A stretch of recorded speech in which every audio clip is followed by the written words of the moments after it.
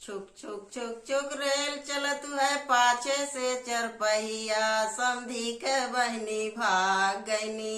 हाय बापा दैया समधी के बहनी भाग गईनी। जाते जाते और परी है साहेबगंज बजरिया की मोर पप्पा पाई गईल। फिर मैं दुलहिया की मोर पप्पा पाई गईन। छुक छुक छुक छुक रेल चलत है पाछे से चरपहिया, जेठऊ के बहनी भाग गईनी। हाय बापा दैया भसरू के बहनी भाग गईनी। हाय बापा दैया जेठऊ के बहनी भाग गईनी। जाते जाते और परी है आजमगढ़ बजरिया की मोर भैया पाई गईन। फिर मैं दुलहिया की मोर भैया पाई गईन। फिर मैं दुलहिया की मोर भैया पाई गईन।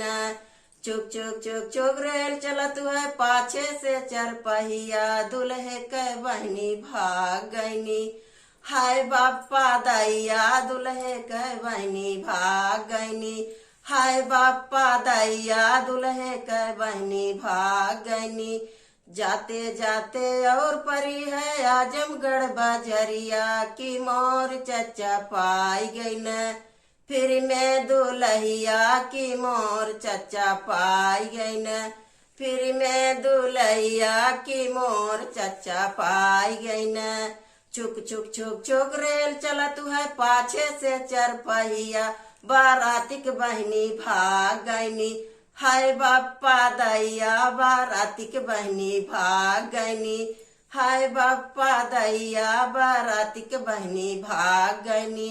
जाते जाते और परी है फूलपुर बजरिया की मोर भैया पाई गईन। फिर मैं हरिया की मोर भैया पाई गईन। फिर मैं हरिया की मोर भैया पाई गईन। चुक चुक चुक चुक रेल चलत है पाछे से चरपहिया, समधी के बहनी भाग गईनी। हाय बापा दैया समधी के बहनी भाग गईनी। हाय बापा दैया समधी के बहनी भाग गईनी।